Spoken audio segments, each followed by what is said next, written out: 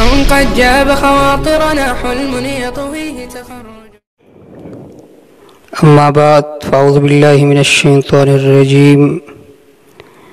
بسم الله الرحمن الرحيم.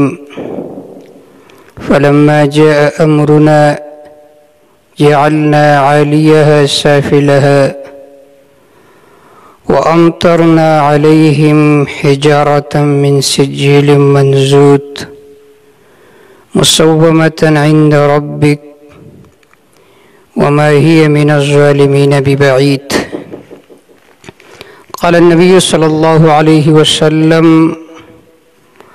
من وجدتموه يعمل عمل قوم لوط فاقتلوا الفاعل والمفعول به. رواہ الترمذی او کما قال النبی صلی اللہ علیہ وسلم. میرے واجب الاحترام سننے والوں دیکھنے والوں، السلام علیکم ورحمۃ اللہ وبرکاتہ. آج آپ حضرات کے سامنے معاشرے کے اصلاح سے متعلق بہت ہی اہم بات ذکر کروں گا کہ معاشرہ، اس میں خوشی کس طرح آتی ہے اور معاشرہ تباہ و برباد کس عمل کی وجہ سے ہوتا ہے. عزیز دوستو، لوگوں کا ذہن تو یہ ہے اگر کسی کے پاس دنیا کے اسباب ہے، دنیا کے مال و متاع ہے تو وہ دنیا میں کامیاب ہے، اس کی زندگی چین و سکون کی زندگی ہے. حال یہ ہے کہ یہ بات بالکل خلاف حقیقت ہے. چین و سکون کی زندگی اسی شخص کو ملتی ہے جو اپنے رب کو راضی رکھتا ہے.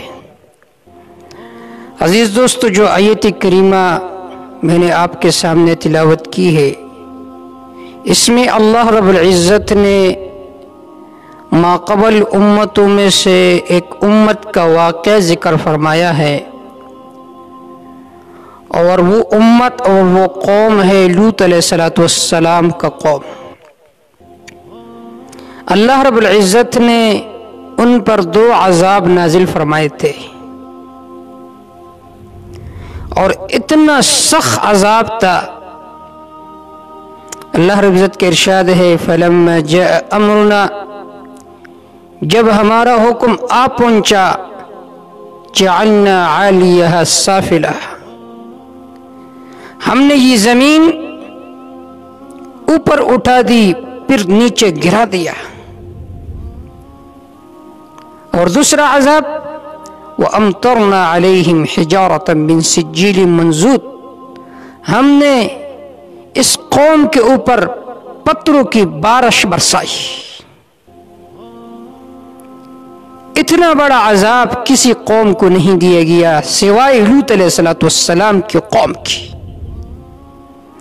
مفسرین نے لکھا ہے کہ آج بھی اس علاقے پر عذاب نازل ہو رہا ہے اور قیامت دن تک یہ سلسلہ ان پر جاری رہے گا. اتنا بڑا عذاب ان پر کیوں نازل ہوا؟ خود قرآن نے اس کی تصریح فرمائی ہے.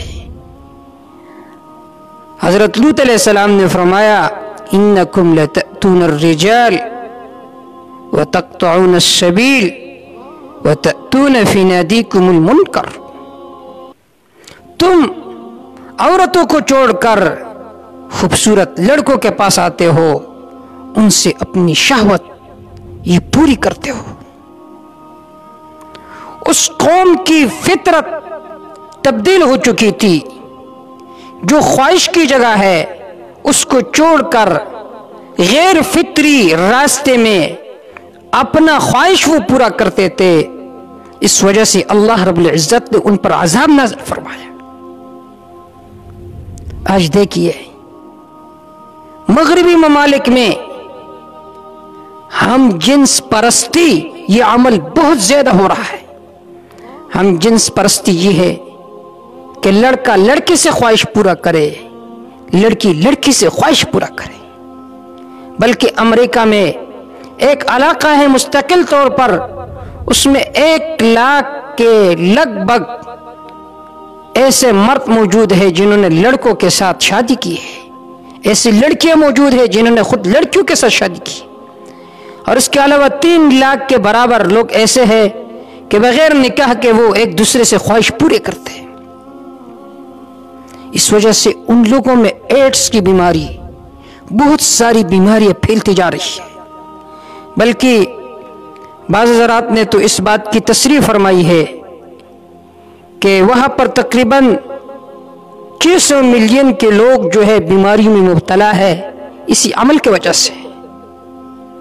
اور پھر ان میں ایڈز کی بیمار جو ہے وہ 44% ہے، اور اکثر اسی عمل کی وجہ سے اس بیماری میں مبتلا ہو چکے ہیں.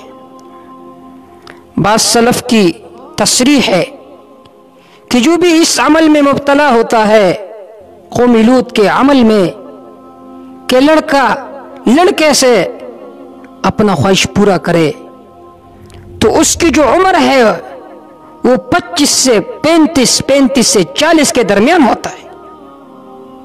اللہ انہیں زیادہ عمر بھی نہیں دیتا. آج دیکھیے ہم اپنے معاشرے پر نظر رکھیں، یہ جو اغلام بازی کا عمل ہے یہ ہمارے معاشرے میں کتنا پھیلتا جا رہا ہے، کتنا پھیلتا جا رہا ہے. حدیث پاک میں آتا ہے، امام ترمذی رحمہ اللہ نے اس روایت کو نقل فرمایا ہے، من وجدتموه يعمل عمل قوم لوط فاقتلوا الفاعل والمفعول به. کہ جب بھی تم کسی کو دیکھو کہ وہ قوم لوط والا عمل کر رہا ہے تو فاقتلوا الفاعل والمفعول، جو غلط کام کرنے والا ہے اس کو بھی مار ڈالو، اور جو مفعول ہے جس کے ساتھ یہ غلط کام کیا جا رہا ہے اس کو بھی مار ڈالو، تاکہ اس کا نام و نشان ختم ہو جائے. اسی طرح حدیث پاک میں آتا ہے، آپ صلی اللہ علیہ وسلم نے فرمایا، لعن اللہ من عمل عمل قوم لوط. 3 مرتبہ آپ صلی اللہ علیہ وسلم نے فرمایا، لعن اللہ لعن اللہ لعن اللہ. اللہ کا پٹکار ہو، اللہ کا پٹکار ہو، اللہ کا غضب ہو اس شخص پر جو قوم لوط والا عمل کرتا ہے. آج دیکھیے ہر طرف سے مختلف عذاب ہمارے اوپر نازل ہوتے ہیں. اس کی بنیادی وجہ کیا ہے؟ خود ہم صحیح نہیں ہے. ہمارے معاشرے میں کون کون سی برائی ہے جو نہیں ہو رہی ہے؟ یہ جو برائی ہے یہ بہت زیادہ پھیلتی جا رہی ہے.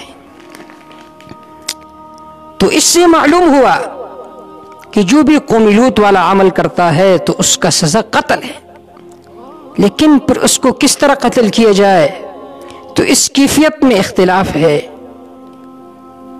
بعض حضرات نے تو کہا ہے، غالباً حضرت ابوبکر رضی اللہ تعالی عنہ سے منقول ہے کہ وہ فرماتے ہیں کہ اسے بلند پہاڑی سے گرا دیا جائے تاکہ اس کا نام و نشان ختم ہو جائے. اسی طرح حضرت علی رضی اللہ تعالی عنہ سے منقول ہے کہ وہ فرماتے تھے کہ اس پر دیوار گرا دیا جائے. حضرت ابن عباس رضی اللہ تعالی عنہ سے منقول ہے کہ اس کو پتھروں سے مار مار کر ہلاک کیا جائے. جو اس طرح عمل میں مبتلا ہو، اغلام بازی والے عمل میں، بہت بڑا گناہ ہے، بہت بڑا. اللہ رب العزت کا جو رحمت ہے وہ اس قوم سے دور ہوتا ہے جو اس عمل میں مبتلا ہو. باقاعدہ سلف سے نقل ہے کہ وہ ایسے لڑکے کو نہیں دیکھتے تھے جسے دیکھ کر شہوت آتی ہو. اور آپ دیکھیے علامہ جاہز نے لکھا ہے کہ حیوانات میں کوئی حیوان ایسا نہیں ہے کہ نر سے اپنا خواہش پورا کرے، مادہ سے اپنے خواہش پورا کرے، سوائے دو جانوروں کے، ایک ہے گدا، دوسرے نمبر پر ہے خنزیر۔ خنزیر اور گدا، اس میں یہ عمل ہے کہ نر سے خواہش پورا کرتا ہے، مادہ سے خواہش پورا کرتا ہے۔ علامہ ابن قیم رحمہ اللہ نے بھی اس بات کی تصریح فرمائی ہے کہ لیس فی البہائم لوطی سوى الخنزیر، کہ خنزیر کے علاوہ قوم لوط والا عمل کرنے والا کوئی جانور بھی نہیں۔ تو جو انسان اس طرح عمل میں مبتلا ہو، اغلام بازی کے عمل میں، بچہ بازی کے عمل میں، تو یہ خنزیر سے بھی بدتر ہے، گدے سے بھی بدتر ہے، کہ جس نے فطری راستے کو چھوڑ کر ایسے راستے کو اپنایا جو نجاست والی جگہ ہے، جو غیر فطری راستہ ہے، اس میں وہ اپنا خواہش پورا کرتا ہے، تو اس کا حس ختم ہو چکا ہے، اس کا حس ختم ہو چکا ہے۔ اس وجہ سے مدخل میں ابن الحاج رحمہ اللہ نے ایک عالم کا قول نقل فرمایا ہے کہ اگر مجھے 70 نوجوان لڑکیوں پر چوکیدار بنایا جائے تو مجھے اپنے نفس پر اتنا خوف نہیں ہے، بجائے اس کے کہ اگر مجھے ایک بیریش لڑکے پر چوکیدار بنایا جائے تو میں اپنے نفس میں زیادہ خطرہ محسوس کرتا ہوں بنسبت ان 70 لڑکیوں کے۔ آج دیکھیے، بشر انسان ہوگا، لڑکوں کے ساتھ اس کی گپ شپ ہوگی، اگر آپ اس سے کہو گے کیوں اس طرح کام کرتے ہو، کہتے میں تو اس کے چہروں کو دیکھتا ہوں، میں تو اللہ کی قدرت کو دیکھتا ہوں۔